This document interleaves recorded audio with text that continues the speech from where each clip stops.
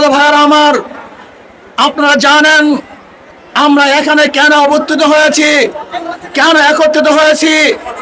আজকে আমার ভাই রক্ত দিয়েছে, আমার ভাই জীবন দিয়েছে, আমার ভাই হসপিটালে ঢুকে দিলে মরছে, আমার ভাই জেলখানায় অবরুদ্ধ অবস্থায় আছে, আমার ভাই কবরের মধ্যে চলে গেছে।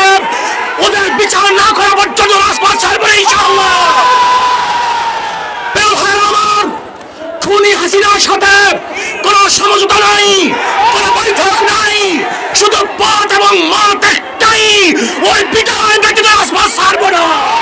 আমরা যাবো ইনশাআল্লাহ। ভাই আমার, শেখ হাসিনা আমাদের রক্ত নিয়েছে, আমাদের জীবন নিয়ে সিনেমা খেলছে।